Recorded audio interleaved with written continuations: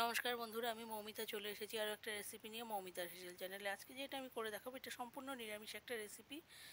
যদি আপনাদের কোনো দিন আর কি ভেজ থাকে, এরকম অনেকেরই থাকে যে কোনো একটা বারে মানে পার্টিকুলারলি ভেজ আপনারা খান, তাহলে কিন্তু এই রেসিপিটা অবশ্যই আপনারা সেদিন ট্রাই করতে পারেন। এটা হচ্ছে কড়াইশুঁটির কোপ্তা, যেটা খেতে খুবই ভালো লাগে। এবার একঘেয়ে মাছ মাংস খেতে খেতে বোর হয়ে গেলেও কিন্তু এই রেসিপিটা ট্রাই করা যেতেই পারে। এটা খুবই ভালো লাগে, ভাত, রুটি, পরোটা, বাসন্তী পোলাও সব কিছুর সাথে এটা খাওয়া যায় আর কি। কী কী লাগছে দেখে নেওয়া যাক। এই যে আছে কড়াইশুঁটি, যেটা অল্প ভাপিয়ে আমি রেখে দিয়েছি। এখানে আছে বেসন, এদিকে আছে হচ্ছে আলু নুন হলুদ মাখিয়ে ডুমো ডুমো করে কাটা আছে। এখানে আছে গোটা জিরে আর শুকনো লঙ্কা, এখানে আছে জিরে আর ধনে বাটা, এখানে আছে টমেটো বাটা, এইদিকে আছে আদা বাটা, আর এখানে আছে হচ্ছে কিছু কাঁচা লঙ্কা আর আদা কুচি। এইটা আমি কড়াইশুঁটির সাথে পেস্ট করব আর কি। এই দুটোকে একসাথে মিক্সিতে পেস্ট করবো। আর এদিকে আছে লঙ্কা বাটা। এই যে আমি একটা মিক্সির জার নিয়ে নিয়েছি, এর মধ্যে দিয়ে দিলাম কড়াইশুঁটি, কাঁচা লঙ্কা আর যে আদাটা কুচিয়ে রেখেছিলাম সেই আদা। এই পেস্টটা হয়ে গেছে, গিয়ে দেখতেই পাচ্ছেন স্মুথ পেস্ট। এর মধ্যে আমি পরিমাণ মতো নুন আর বেসন দিয়ে দিলাম, দিয়ে এটাকে এবার ভালোভাবে মেখে নিতে হবে। ভালো করে মেখে নিয়ে এটাকে 5 থেকে 10 মিনিটের জন্য একটু রেখে দিতে হবে। মাখা হয়ে গেলে গিয়ে একটু রেখে দিতে হবে। ভালো করে মাখাটা আগে সুন্দর করে মাখতে হবে, কিন্তু পুরো যেন সব কিছু একসাথে ভালোভাবে মিশে যায়। যে মাখা হয়ে গেছে, এবার আমি গ্যাসে কড়াই বসিয়ে দিচ্ছি, কড়াইতে তেল দিয়ে দেবো। তেলটা গরম হতে থাক, আমি এদিকে কোপ্তাগুলো বানিয়ে নিচ্ছি। কিন্তু তেলটা গরম হতে হতে আমি যে কোপ্তা বানানোর জন্য হাতে একটু সাদা তেল মাখিয়ে নিচ্ছি, নিয়ে এবার এই যে এখান থেকে একটা করে ডোর আকারে নেব, নিয়ে জাস্ট কোপ্তার আকারে গড়ে নেব আর কি, কিন্তু তাহলেই রেডি হয়ে যাবে। এই যে দেখতে পাচ্ছেন আমি একদম বানিয়ে দেখিয়ে দিচ্ছি আপনাদেরকে। এইভাবে কোপ্তাগুলো আমি বানিয়ে নিচ্ছি। সব কোপ্তাগুলোকে এক এক করে বানিয়ে নেব, নিয়ে আমি এগুলোকে ভাজবো আর কি। যার জন্য আমি গ্যাসে তেলটা আগে থাকতে বসিয়ে দিয়েছি, যাতে কোপ্তাগুলো বানিয়ে সঙ্গে সঙ্গে ভেজে নেওয়া যায়। মানে টাইমটাও বেঁচে যাবে গিয়ে। এই যে হয়ে যাচ্ছে, এভাবে আমি কোপ্তাগুলো বানাবো, বানিয়ে সব ভেজে নেব আর কি। তেলটা গরম হয়ে গেলে গিয়ে আমি গ্যাসের মধ্যে করে দেবো, কড়াইতে দিয়ে ভেজে নেব আর কি। গ্যাসে তো আমি বসিয়েই দিয়েছি, কড়াই বসিয়ে তেল দিয়ে দিয়েছি। এবার তেলটা গরম হয়ে গেলে গিয়ে আমি এই কোপ্তাগুলোকে এইভাবে করে করে, দেখতেই পাচ্ছেন কি সুন্দর হচ্ছে, এভাবে আমি এক এক করে সব ভেজে নেব। এইভাবে হয়ে গেছে গিয়ে কিছু কোপ্তা বানানো, এদিকে তেলটাও কিন্তু গরম হয়ে গেছে গিয়ে, দেখতেই পাচ্ছেন ধোয়া উঠছে। এবার আমি এর মধ্যে কোপ্তাগুলোকে দিয়ে দেবো, দিয়ে এটাকে 3-4 মিনিট ধরে লাল লাল করে ভাজতে হবে। পিট ওপিট করে একটু ভাজতে হবে, মানে একবারে পুরো দিকটা ভাজলে একটু শক্ত হয়ে যায় গিয়ে। একটু একটা সাইড হালকা গোল্ডেন ব্রাউন হলো, আবার উল্টে দিতে হবে। এরকম করে করে 2-3 বার করে করে ভাজতে হবে। কিন্তু এগুলোকে কোপ্তাগুলোকে একটু ভালো করে লাল লাল করে ভেজে নিতে হবে। যে এক পাশ হয়ে গেল, উল্টে দিলাম, দিয়ে আবার আরেক পাশ করে দিচ্ছি, দিয়ে এইভাবে করে একদম লাল লাল করে ভাজতে হবে। যে দেখতে পাচ্ছেন পুরো লাল লাল করে ভাজা হয়ে গেছে। এবার কিন্তু আমি কোপ্তাগুলোকে তুলে নেব। কোপ্তাগুলো ভাজা হয়ে গেলে গিয়ে এই তেলেই আমি ভেজে নিচ্ছি আলুগুলো গিয়ে, যেগুলো আমি ডুমো ডুমো করে কেটে নুন হলুদ মাখিয়ে রেখেছিলাম, সেগুলো আমি ভেজে নেব। কোপ্তা সব ভাজা হয়ে গেছে।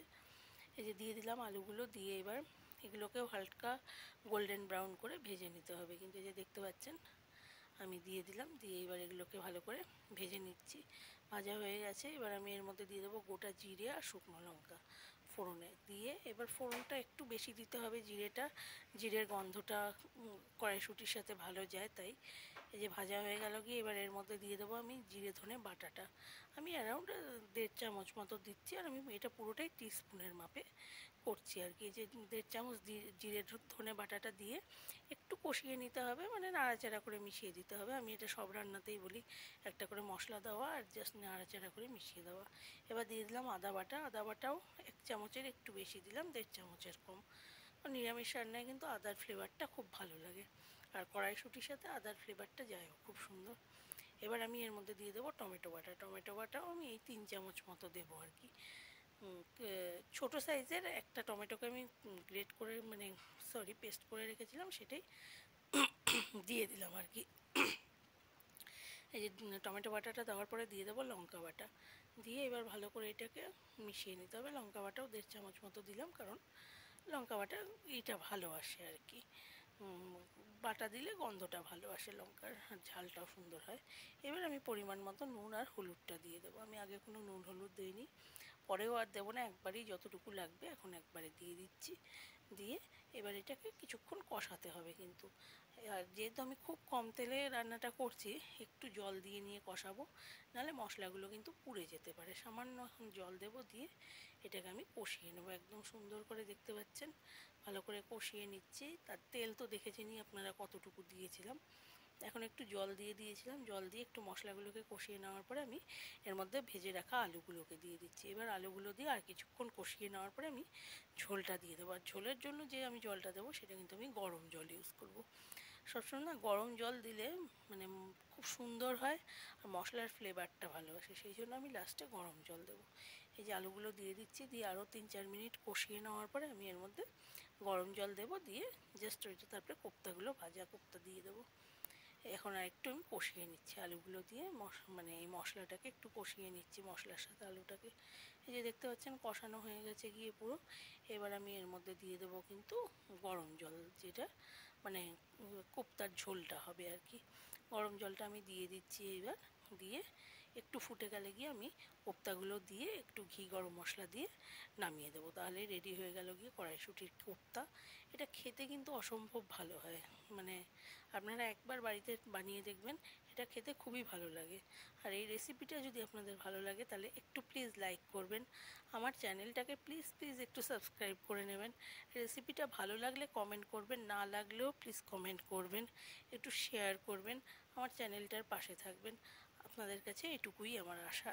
আশা করি আপনারা নিশ্চয়ই আমার সাথে থাকবেন।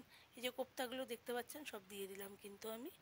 দিয়ে এবার একটু ফুটে গেলে গিয়ে আমি এটাকে গ্যাসটা অফ করে দেবো। এটা কিন্তু পুরো রেডি হয়ে গেছে গিয়ে। এবার জাস্ট আমি এর মধ্যে ঘি আর গরম মশলা দেবো, দিয়ে নামিয়ে দেবো। দিয়ে আমি দিয়ে দিলাম এখানে সানরাইজের যে গরম মশলা হয় সেই গরম মশলাটা, এটা এই হাফ চামচ মতো দিলাম। এবার এর মধ্যে দিয়ে দেবো 1 চামচ মতো ঘি। দিয়ে এটা আমি এবার সার্ভিং বলে সার্ভ করে দেবো। তাহলেই রেডি হয়ে গেল কিন্তু কড়াইশুঁটির কোপ্তা। এটা খেতে খুবই ভালো লাগে। আবারও বলছি, নিরামিষের দিন হলে বা বাড়িতে কোনো গেস্ট আসলো যে ভেজিটেরিয়ান, তার জন্য আপনারা অবশ্যই এই রেসিপিটা ট্রাই করবেন। ভালো লাগলে আবারও বলছি একটু লাইক করবেন, শেয়ার করবেন, আমার চ্যানেলটাকে প্লিজ প্লিজ একটু সাবস্ক্রাইব করবেন, একটু কমেন্ট করে জানাবেন, ভালো না লাগলেও কমেন্ট করবেন। আশা করি আপনাদের ভালো লাগবে। আগামী দিনে আরও নতুন নতুন রেসিপি নিয়ে আসার চেষ্টা করব আপনাদের জন্য। আজকের মতো আমি আসছি। নমস্কার, অনেক অনেক ধন্যবাদ।